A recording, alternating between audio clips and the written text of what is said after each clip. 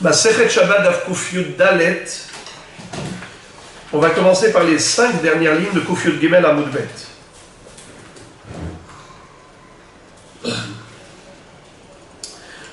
Vetachat kevodo yekad yekod ki kod esh.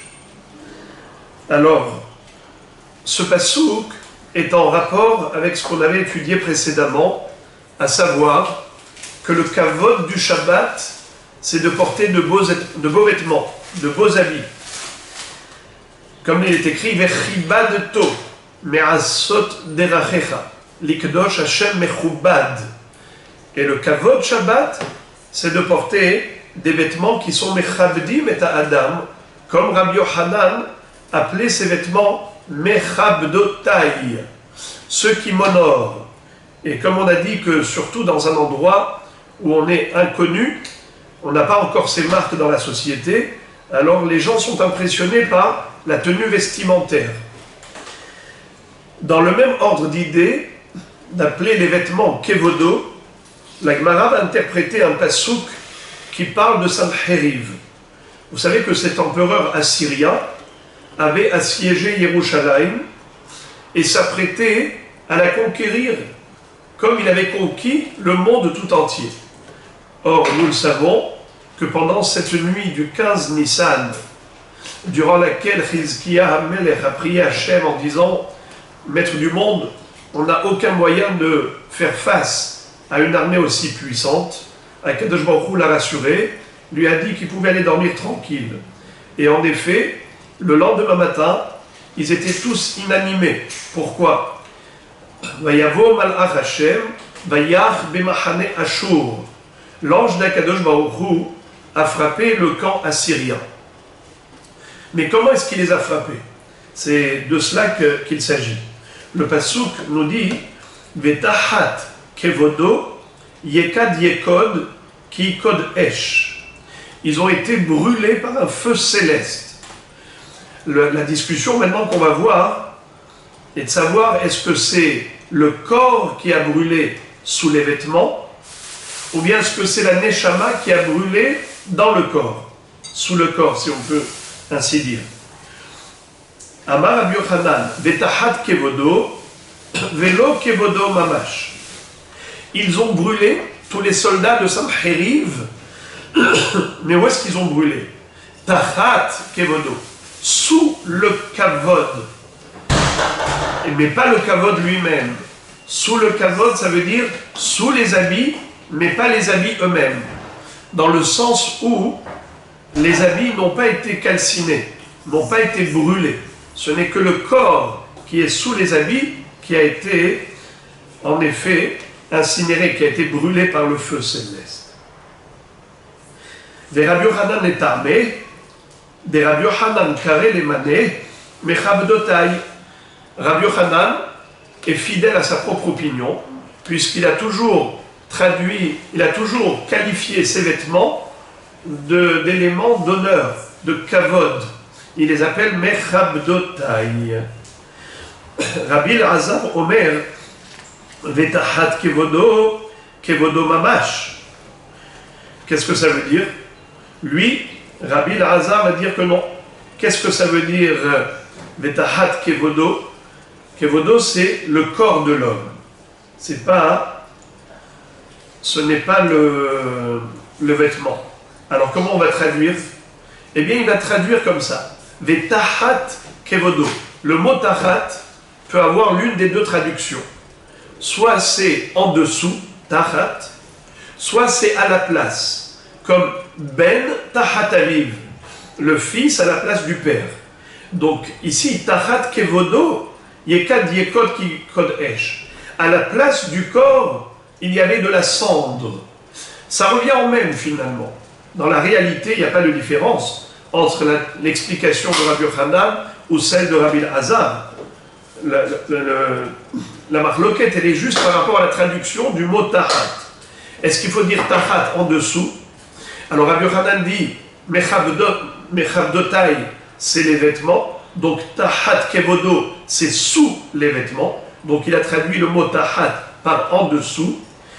Tandis que Rabbi Elazar lui il va dire que non, Tahat ça veut dire à la place. Et à la place de Kevodo, c'est qui Kavod? Ce n'est pas le vêtement, c'est le corps humain.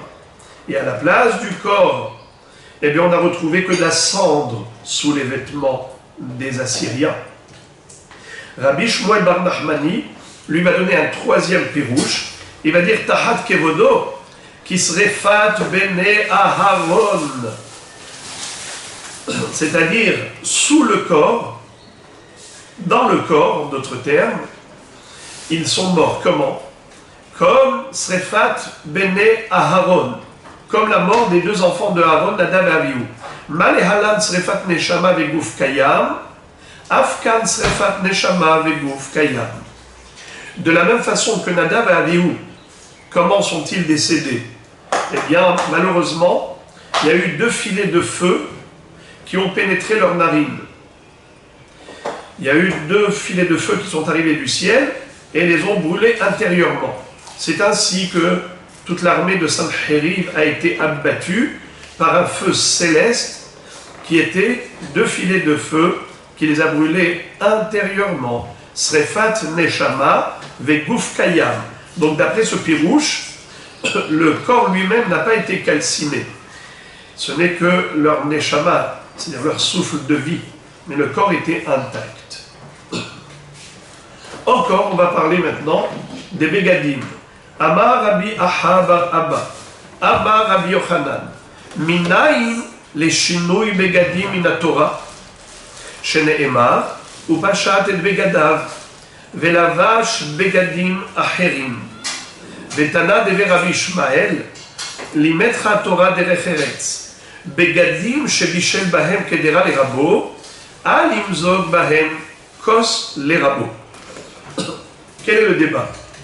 Rashi nous explique, regardez la première ligne de Rashi, dans le Daf Kufyud Dalet. Minayin le shinui begadim, shehu derech kavod lifne hamakom. D'où déduit-on qu'il y a un inyan de changer ses vêtements en fonction des circonstances en l'honneur d'Hachem. Par exemple, le Shabbat, comme on l'a dit, il faut mettre de beaux vêtements. Mais il n'y a pas que le Shabbat. À chaque fois qu'on a l'occasion de faire une mitzvah, la mitzvah de Brit Mila, le Avi Ben, le Sandak, le mariage et ainsi de suite, à chaque fois qu'il faut faire une mitzvah, ou bien même la tfila, on ne va pas faire une tfila en vêtements de pyjama, on va bien s'habiller. Il faut mettre une tenue vestimentaire en l'honneur de la mitzvah. D'où apprend-on que c'est important? On l'apprend de la mitzvah de Trumat HaDeshen, le prélèvement des cendres de l'autel, puisqu'à chaque fois qu'on faisait un korban, suite à cette combustion des graisses, des membres de l'Holocauste, il restait des cendres sur le Mizbeach. Tous les matins, avant de commencer le culte sacrificiel, le Kohen devait aller prélever de la cendre de l'autel. Ce prélèvement s'appelle Trumat HaDeshen. Il allait déposer cette cendre, et d'ailleurs c'était miraculeux, puisqu'il allait poser ça juste à côté du Kevesh, à côté de la rampe qui permettait l'accès au Mizbeach. Et c'était immédiatement enseveli et englouti dans le sol, miraculeusement.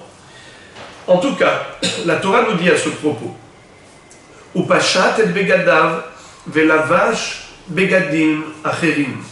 Il va devoir retirer ses vêtements pour mettre d'autres vêtements. De quoi s'agit-il? Regardez Rashi, deuxième ligne. Velavash begadim acherim, verotzi et adeshen. Il mettra d'autres vêtements pour faire sortir les cendres.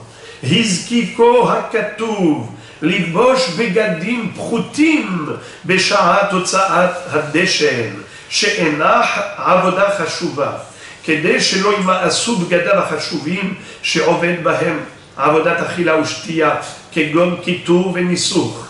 C'est-à-dire, la Torah exige que le Kohen qui va faire les korbanot, qui va exercer le sacerdoce pendant toute la journée dans le Beth Amikdash, eh bien, il ne faut pas qu'il utilise les mêmes vêtements qu'il a portés au moment de Trumat HaDeshen. Car Trumat HaDeshen, c'est un travail préparatoire. C'est juste pour retirer les déchets des cendres qui se trouvent sur le misbéach. Alors une fois que tu as fait ce travail d'évacuer les cendres, tu vas maintenant, avec les mêmes vêtements, aller opérer le service des korbanot.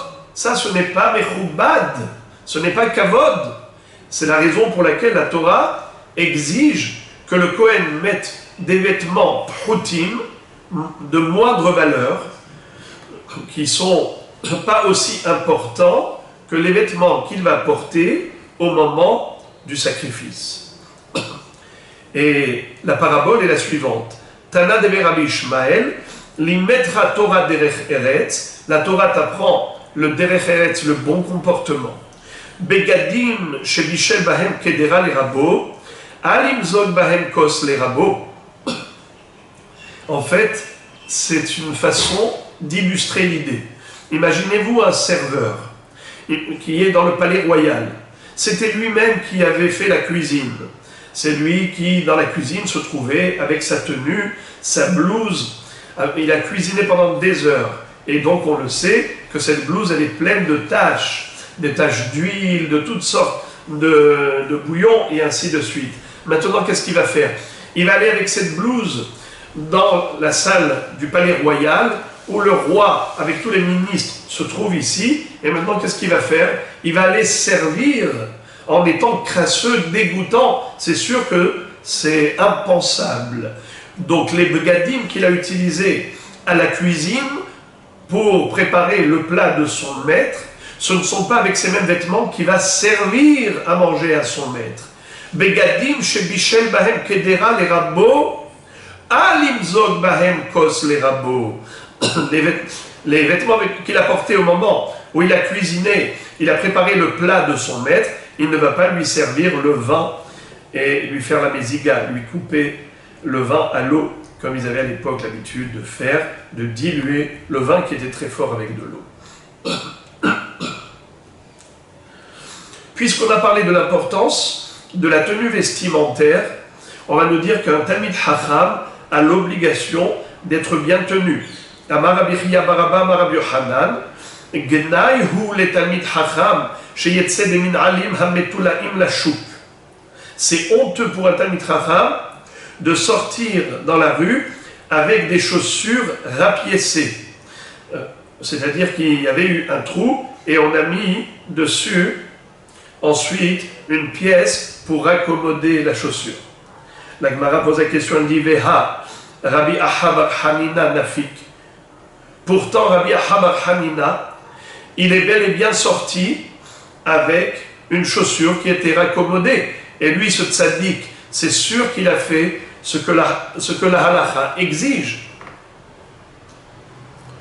Amar Rabbi Ahabar de Rabbi Nachman, Bitlai alga betlai. L'interdiction, c'est de sortir avec une chaussure qui est doublement réparée. D'abord, on a mis une pièce pour réparer le premier trou, et après, sur cette pièce, encore, il y avait un trou, il a mis une deuxième pièce. Ça fait tlai, al-gabé, tlai. Ça, c'est très honteux qu'un Talmid Chacham sorte avec. Mais si c'est qu'une seule pièce de réparation, dans ce cas-là, c'est mutar. Rabbi Chia Baraba, Rabbi Yochanan.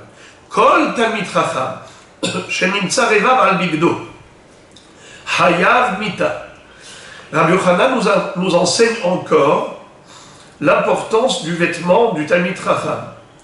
Si jamais il se retrouve qu'il y avait une tache de graisse, ou d'huile, ou de chelev, de shuman, il y a chelev et shuman, la graisse interdite, la graisse permise.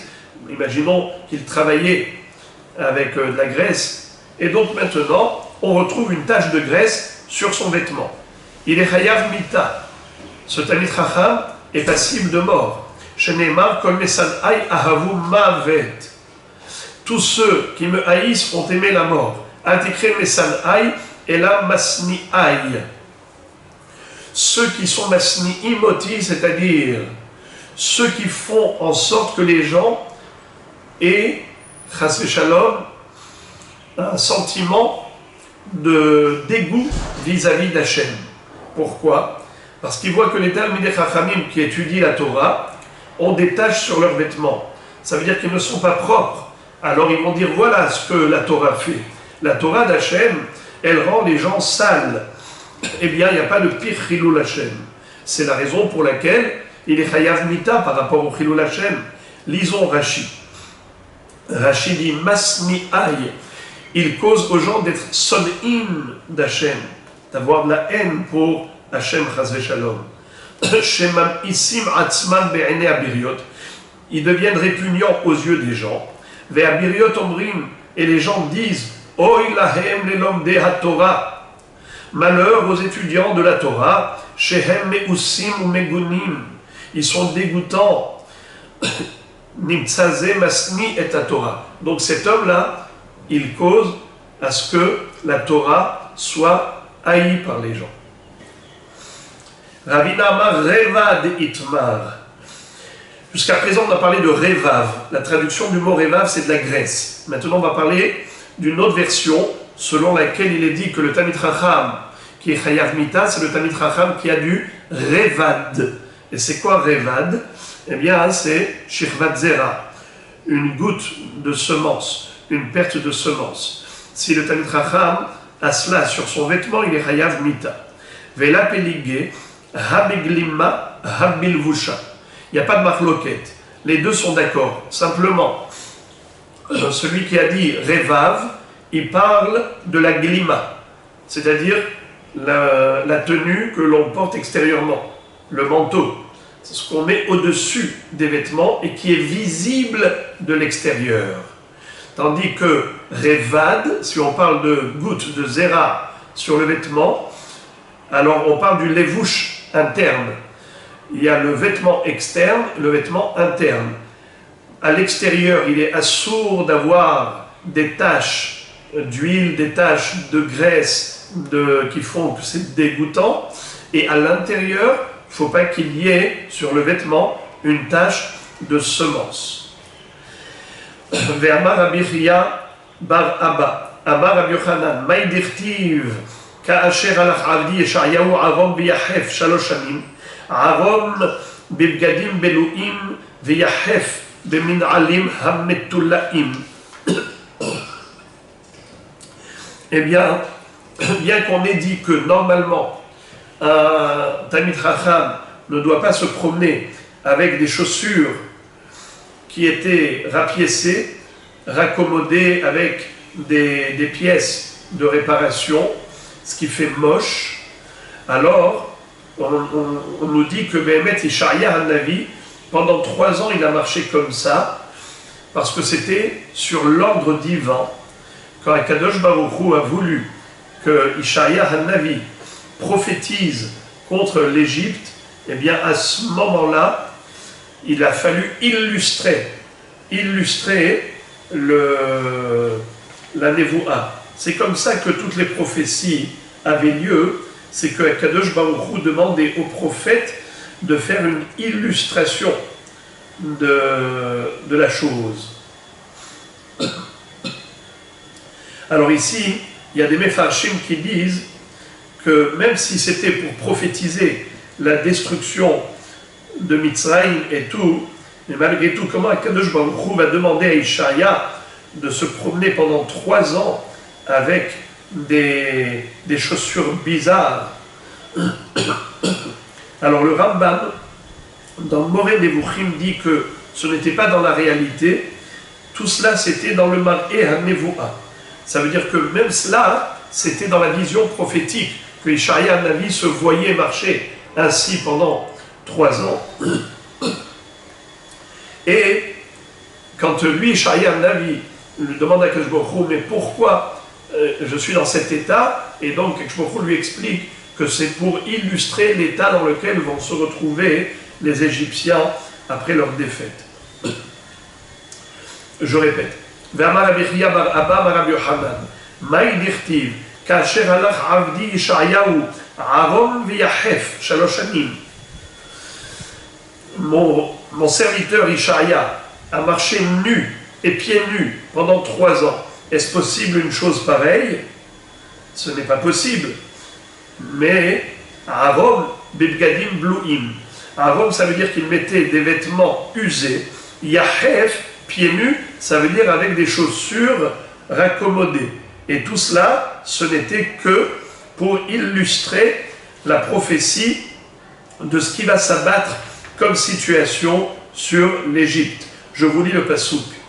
Kacher alaf adi Yeshayahu, Aaron v'Yahef, Shalosh Shanim, Ot Mofet al Mitzrayim al Kush. Kacher inhag melech Ashur, et Shevi Mitzrayim, ve'et Galut Kush, Ne'arim uzkenim, Aaron v'Yahef. Comme quoi le roi assyrien va abattre les Mitzrayim et les Kushim. Puisque l'on a parlé de la graisse, on va parler de la tache de graisse qui n'est pas sur le vêtement d'un Talmid Chacham, mais sur un autre tissu. Tnan Hatam, Revav, Alamar Da'at, Hotzetz. Rabban Shimon ben Gamliel Omer, Ad Ke'isad Ha'italki. Ve'ala begadim, Mitzad Echad, Eno Hotzetz. משני צדדים חוצץ. רבי יהודה אומר, משום רבי ישמעאל, אף מצד אחד חוצץ. Qu'est-ce que ça veut dire? Nous avons une halakha qui concerne le mikvé. Lorsqu'on va tremper un homme ou un vêtement ou un keli dans le mikvé, alors s'il y a un écran, Hatzitza. Parfois, la tevila n'est pas bonne. Parfois, la tevila est cachère tout de même. Quelle est la règle? Alors, rappelez-vous des 4 niveaux, les 4 niveaux de Hatzitza. Si c'est Rubo ou Makpid, Hotzetz. C'est-à-dire, par exemple, le robe du corps, la majorité du corps humain, de la femme ou de l'homme, ont été recouverts avec quelque chose qui fait écran entre l'eau et le corps. Dans ce cas-là, c'est Hatzitza Minatora. Le mikvé n'est pas caché. La tevila n'est pas bonne. Minatora, c'est disqualifié. Mais si on n'a qu'un seul des deux critères, soit c'est minoritaire, ou makpid, miruto ou makpid, soit c'est rubo ve'eno makpid. C'est-à-dire que on peut avoir par exemple la majorité du corps humain qui est recouvert de cet élément, mais ça ne gêne pas la personne. Alors ce n'est pas une Hatzitza Minatora, mais c'est une Hatzitza Miderabanan. Ou à contrario, nous avons la minorité du corps seulement qui est recouverte, pas la majorité, que la minorité. Mais ça gêne la personne. Elle est makpida, ça la gêne. Alors dans ce cas-là, puisqu'elle est makpid, alors c'est Chotzetz Miderabanan, pas Minatora. Car pour que ce soit une Hatzitza Minatora, que ce soit un écran qui disqualifie le mikvé Minatora, il faut qu'il y ait 2 facteurs réunis. Uno, que ce soit Rubo, la majorité du corps qui est recouvert. Secondo, il faut que l'homme soit makpid. Si la personne n'est pas makpida, alors c'est que Miderabanan. Donc je répète, qu'est-ce qui est Miderabanan Hatzitza? C'est soit Mirut ou makpid, soit Rubo ve'eno makpid. Maintenant, on a le quatrième niveau, et ça, c'est pas une Hatzitza, ni Minatora, ni Miderabanan. C'est que c'est Miruto ve'eno makpid. Il n'y a aucun critère, il n'y a aucun facteur. Premièrement, c'est Mirut, c'est que la minorité du corps. Deuxièmement, ça ne gêne pas la personne. Elle n'est pas makpida. Lorsque il n'y a même pas la majorité du corps qui est recouverte, c'est que la minorité. Et en plus, c'est que la personne n'est pas makpida. Dans ce cas-là, ce n'est pas une Hatzitza. La question se pose, qu'en est-il de la graisse? Une tache de graisse sur un vêtement, et j'ai besoin de tremper le vêtement dans le mikvé.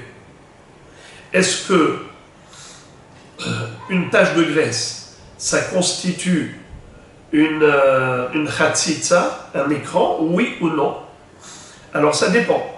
Si c'est une toute petite tache, alors peut-être que les gens ne sont pas makpid. Et si c'est minoritaire par rapport à la surface du vêtement, et en plus on n'est pas makpid, alors tu peux le tremper au mikvé, il n'y a pas de problème. Mais si c'est minoritaire, mais on est makpid, ça veut dire que la tâche elle est suffisamment grande pour être désagréable. Et les gens sont makpid. Alors dans ce cas-là, c'est chatzitza midé rabanan. Midé rabanan, tu n'as pas le droit de tremper cela au mikvé. Il faut d'abord laver le vêtement. Et par extension, on va parler aussi du marda'at hamor, le tapis qui est sur le dos de l'âne, au niveau du siège, on s'assoit dessus, sur la selle, et il y a une marda'at, un tissu sur lequel on s'assoit, et il y a une tache de graisse, et cette marda'at est devenue tamée, et on a besoin de la tremper au mikvé. Est-ce que la graisse fait écran, oui ou non? Lisons. Tnan hatam, on a appris là-bas dans la Mishnah, Masechet Mikvaot. Tnan hatam, on a appris dans Masechet Mikvaot. Revav ala marda'at, la graisse qui se trouve sur la marda'at, le tissu que l'on met sur le dos de l'âne pour s'asseoir dessus. On met ça plutôt entre la selle et le dos de l'âne pour pas qu'il se fasse mal, on met un genre de tapis. Chotzetz, eh bien la tache de graisse, elle cause une chatzitza. On ne peut pas tremper au mikvé ainsi, même si la marda'at était tme'a. Pourquoi? Parce que l'on considère que les personnes, ça les gêne d'avoir une tache de graisse sur la marda'at. Donc c'est chotzetz. Donc a priori, quelle est la taille? Elle n'a pas été définie. Donc même si elle est toute petite, le commun des mortels est makpid. Quand il voit une tache là-bas, c'est dégoûtant. Donc on estime que la majorité des gens ne supportent pas une tache de graisse, même toute petite, sur la marda'at. C'est l'opinion de qui? Tanakama, qui dit Afilou kol shehu. Rabban Shimon ben Gamliel Omer ad keisar haitalki. Rabban Shimon Gamliel nous dit non. Pour dire que les gens sont makpid, il faut une taille de pièce qu'on appelle issar. C'est une monnaie italienne. Et donc la surface de cette pièce, c'est à partir de ce moment-là qu'on considère que le commun des humains est makpid. Mais moins que ça, tu peux tremper au mikvé. Vers la begadim, maintenant si c'est un vêtement normal, c'est pas le tapis du hamor, mitzad echad eno chotzetz, mishne tzdadim chotzetz. Alors là, Tanakama nous dit que si c'est que d'un côté que la graisse est visible, alors ce n'est pas chotzetz. Quand est-ce que c'est chotzetz? Que s'il y en a tellement de graisse que ça a pénétré les fibres textiles et on voit la tache de graisse de l'autre côté. Alors à ce moment-là, si c'est visible de part en part, alors oui, c'est chotzetz. Rabbi Yehuda Omer Mishum Rabbi Ishmael, af mitzad echad chotzetz. Rabbi Yehuda va dire au nom de Rabbi Ishmael, non, je ne suis pas d'accord de dire que tant que ça ne se voit pas dans le revers du tissu, alors c'est pas chatzitza. Ma pitom, les gens sont makpidim, afilu mitzad echad. Bara mine Rabbi Shimon ben Lakish me Rabbi Chanina. Marda'at mitzad echad. Marda'at mitzad echad ou mishne tzdadim, c'est-à-dire, Rabbi Ishmael vient de nous dire que qu'il n'y a pas de différence. Afilo mitzad echad, c'est considéré chatzitza. Ça, il a dit par rapport à quoi? Par rapport au bgadim. Mais que dirait-il par rapport à marda'at? Est-ce que lui, Rabbi Ishmael qui a dit Afilo mitzad echad chotzetz, il a dit ça que par rapport au bgadim, mais pas pour la marda'at? C'est-à-dire que marda'at, si c'est que mitzad echad, c'est pas chotzetz, mishne tzdadim chotzetz, ou bien, même pour marda'at, il pense que on est makpid afilo mitzad echad. Et donc, c'est une chatzitza sur la marda'at afilo mitzad echad. Amar le zu lo shamati. Kayotseba Shamati. Une réponse précise à ta question, je n'ai pas entendu de mes maîtres. Qu'est-ce que dirait Rabbi Ishmael par rapport à la Marda'at, si c'est Mitzad Echad ou Shnei Tzdadim, si les gens sont Makpidim oui ou non. Mais j'ai appris autre chose de mes maîtres qui pourrait nous servir pour déduire une réponse à ta question. Kayotseba Shamati. Rabbi Yossi Omer Shel Banaim Mitzad Echad Veshel Bour Mishne Tzdadim. Qu'est-ce que ça veut dire?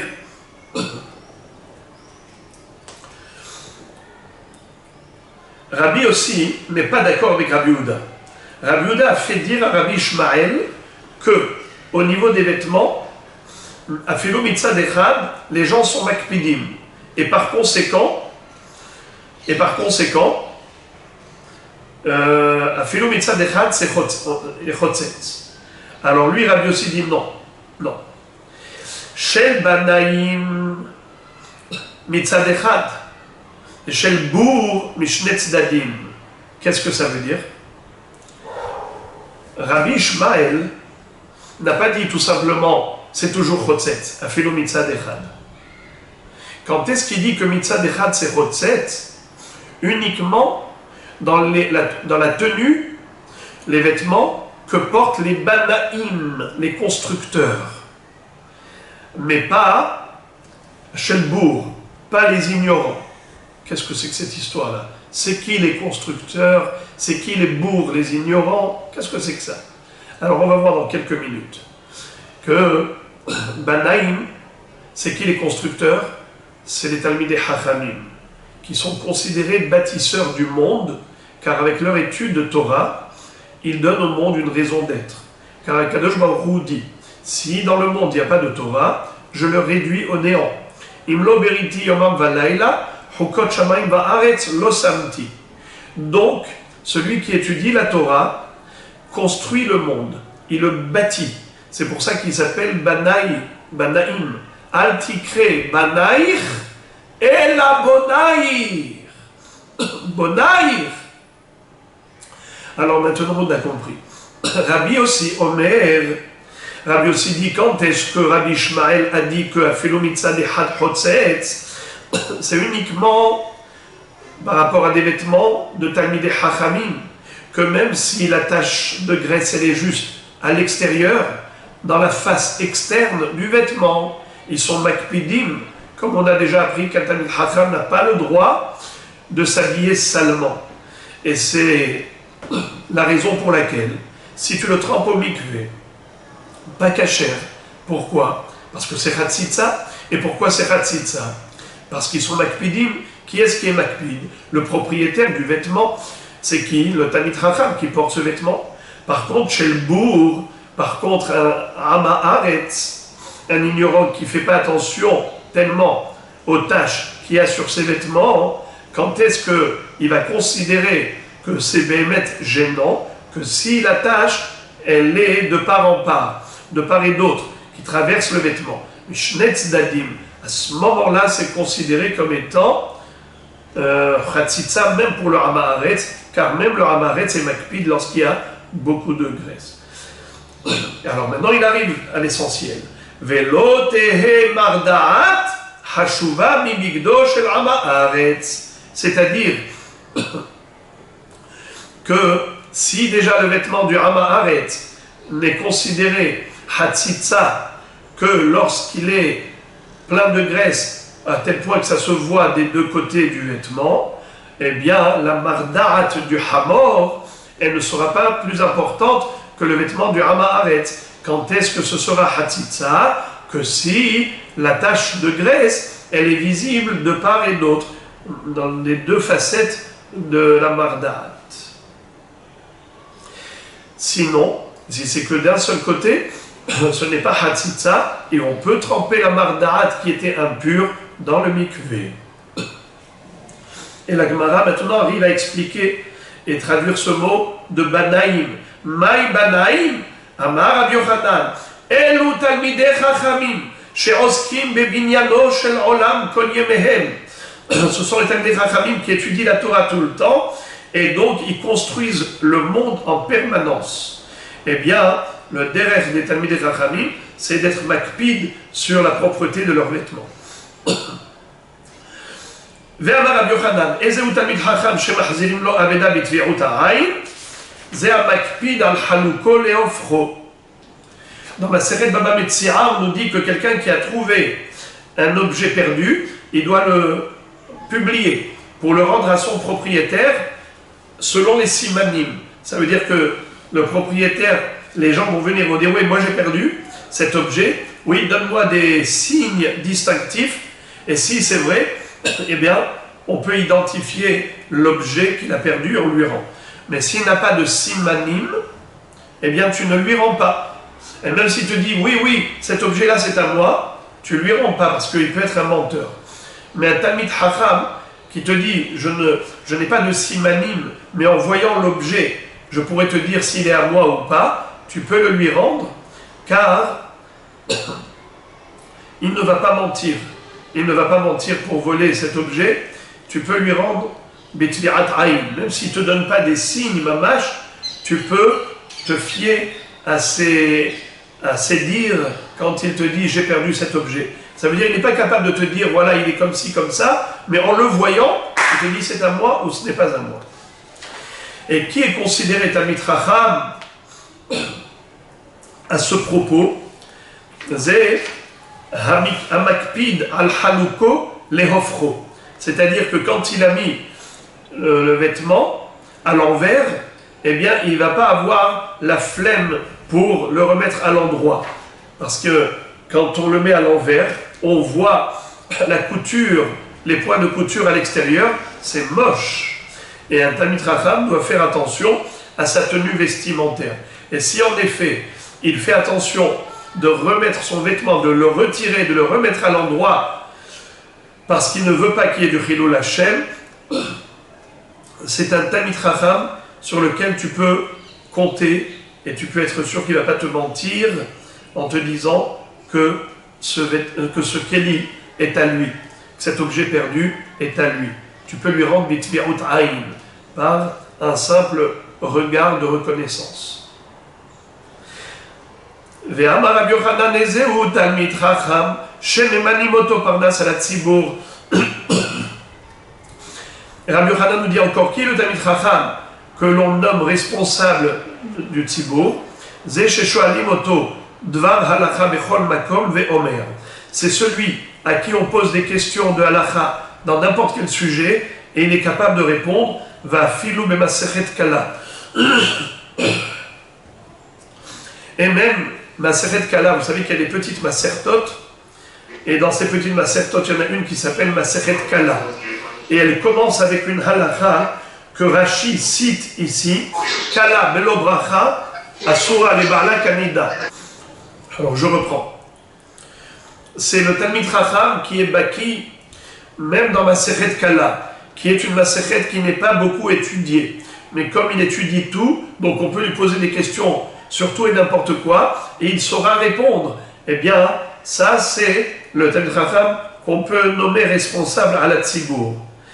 Ve Amar Rabbi Yochanan encore, Ezeu Talmid Chacham, j'ai oublié de dire c'est quoi Masechet Kala, c'est qui traite du sujet de Hatan Bekala, et qui nous dit que le Hatan n'a pas le droit d'avoir une relation avec, avec sa future Kala, tant qu'il n'a pas fait Sheva Brachot, la choupa avec le Sheva Brachot, parce que même s'il lui a dit Ariat Mekudeshet li betabarat zu kedat Moshe b'Israël, elle est Aroussa, mais elle n'est pas encore Nesu'a. Il faut la choupa et les Sheva Brachot. Kala Blo Bracha, elle est interdite à son mari comme une Nida. Ve'amar Rabbi Yochanan, ezeu Talmid Chacham, shebnei iro metzuvim la'asot lo melachto. C'est qui le Talmid Chacham dont les habitants de la ville doivent s'occuper de sa parnassa, de lui faire son travail? Ze shemaniach hefzo ve'osek behefze shamayim. C'est celui qui néglige ses propres besoins au profit des besoins célestes. Ça veut dire qu'il se consacre à l'étude de la Torah et à l'enseignement de la Torah et tous les besoins du Tzibour, et il il le fait au détriment de ses propres activités, de ses propres affaires.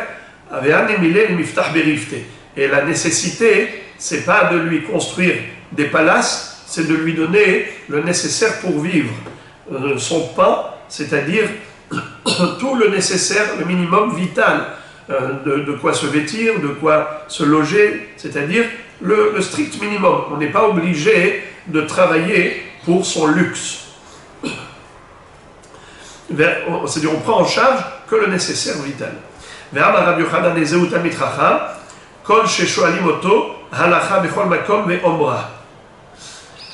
là, Rabbi Yochanan nous dit que c'est qui un Talmid Chacham, c'est celui qu'on lui pose une question d'halakha dans n'importe quel domaine et il répond. Les Maïn Avkamina, quel est l'intérêt, quelle est l'incidence de ce sujet? Réponse, l'émanouye par Nas à la Tzibour.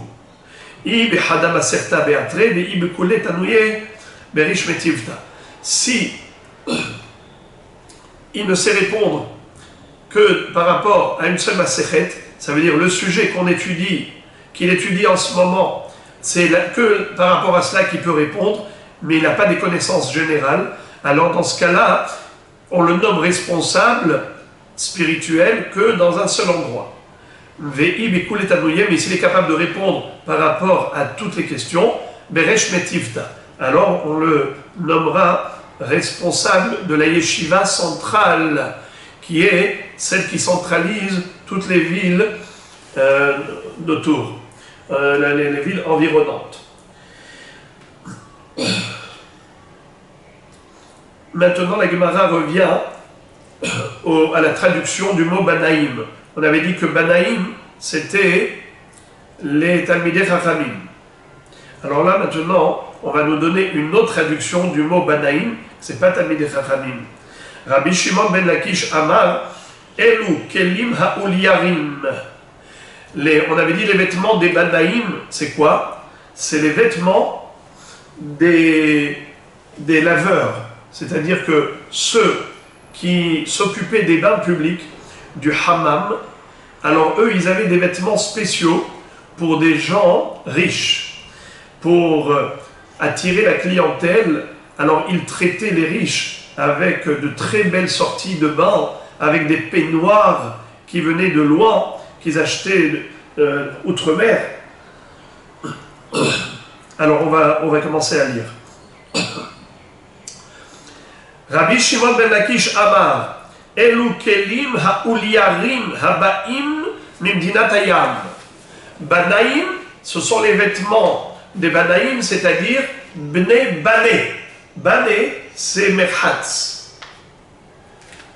Alors, les peignoirs qu'utilisaient les laveurs dans les établissements de bains publics, ils achetaient dans des pays d'outre-mer ces vêtements-là pour les gens riches. Très bien. Alors la Gemara dit, les mimra des hivare minhu. A priori, il en ressort que les kelim ha'olyarim, ils sont de couleur blanche. Les kelim qu'on utilise comme peignoir, comme serviette dans les bains publics, ils sont de couleur blanche, parce que c'est uniquement dans la couleur blanche qu'on est makpid par rapport au révave. La graisse, elle se voit beaucoup, alors on est makpid. Mais dans des vêtements de couleur, on est moins makpid. Parce que quand vous avez des vêtements de multicolores, alors un peu par-ci, un peu par-là, même si vous avez une tache de graisse, ça ne se voit pas. D'accord? Ou bien même si ce n'est pas multicolore, même si c'est une seule couleur, par exemple du rouge, qui est rouge foncé, et bien même si vous avez une tache de graisse, ça ne se voit pas beaucoup. On est makpid pour la tache de graisse sur un vêtement blanc. Et quand tu me dis que les kelim ha'olyarim, le révave, il est chatzitza, la graisse, ça fait écran pour le mikvé, ça veut dire qu'ils sont makpid. Et pourquoi ils sont makpid? Parce que c'est de couleur blanche. Mais ma pitom, je vais te démontrer que les peignoirs et les serviettes qu'utilisaient les ulyarim, les laveurs, ce n'était pas de couleur blanche, c'était plutôt de couleur rouge. Preuve. Vea amar lehu Rabbi Yannai, les banav. Rabbi Yannai avait dit à ses enfants, Banai, altik beruni, lobekelim levanim, velobekelim shehorim. S'il vous plaît, n'utilisez pas comme linceul pour envelopper mon corps après 120 ans, ni des linceuls blancs, ni des linceuls noirs. Levanim, shemalo ezke, vehiye kehatan ben avelim. Ne me mettez pas des vêtements blancs, car peut-être que je ne vais pas mériter d'être parmi les tzadikim dans le Gan Eden. Peut-être que je vais me retrouver dans l'enfer. Et donc moi je veux venir avec mes vêtements blancs. Pour qui tu te prends? Tiens, Hatan ou quoi? Rien qu'à penser à cela, que Rabbi Yannai disait ça à ses enfants, rien que de penser que lui il avait peur de se retrouver dans le Guéhinam, ça nous fait frémir, ça nous donne des frissons. Veillez que Hatan ben Avelim, pardon, Shemalo Ezke veillez que Hatan ben Avelim. Peut-être que je serai considéré comme un Hatan parmi les Avelim. Velosh Horim, Shema Ezke veillez que Avel ben Hatanim. Alors, je ne voudrais pas non plus que vous mettiez en noir. Parce que peut-être que je vais mériter d'être parmi les tzadikim dans le Gan Eden et je vais me retrouver avec du noir, comme un endeuillé. Alors, il ne faut pas me mettre avec du noir, parce qu'ils vont être tous en blanc et moi en noir. Et la bekelim aouliarim, habaim medinat hayam, alma, summakeninu. Je voudrais que vous m'enterriez avec des vêtements qui sont ni noirs ni blancs, mais qui sont comme les kelim aouliarim, comme les peignoirs et les serviettes des établissements de bain. Alors, Alma, sous-entendu, donc, Somakeninu, ils sont de couleur rouge. Alors c'est contradictoire, parce que si c'était rouge, on n'est pas makpid pour la graisse. La kashia. Habeglime, habelvouché. C'est-à-dire, les laveurs, parfois utilisent du blanc, parfois du rouge. Ça dépend. Si c'est les chaloukim elyonim, c'est-à-dire la tunique, le peignoir que l'on met en haut, alors en effet, ça c'est rouge. Est-ce que Rabbi Shimon ben Lakish avait dit que les gens sont makpidim, c'est que c'était forcément la vanne? Eh bien, on parle des vêtements internes. Les vêtements internes, ils étaient blancs. La blouse qu'on porte au-dessus, qui est visible à l'extérieur, elle était rouge. Alors ça dépend. Il y a des kelima ouliarim qui sont rouges, et c'est de cela qu'a dit Rabbi Yannai à ses enfants, c'est avec ça que je voudrais être enterré. Mais Rish Lakish qui avait dit que kelima ouliarim, ils sont makpidim parce que c'est blanc, on parle de ce qu'on met directement sur la peau, et ça c'était de couleur blanche. Voilà les amis, pour le Hamoud de ce soir.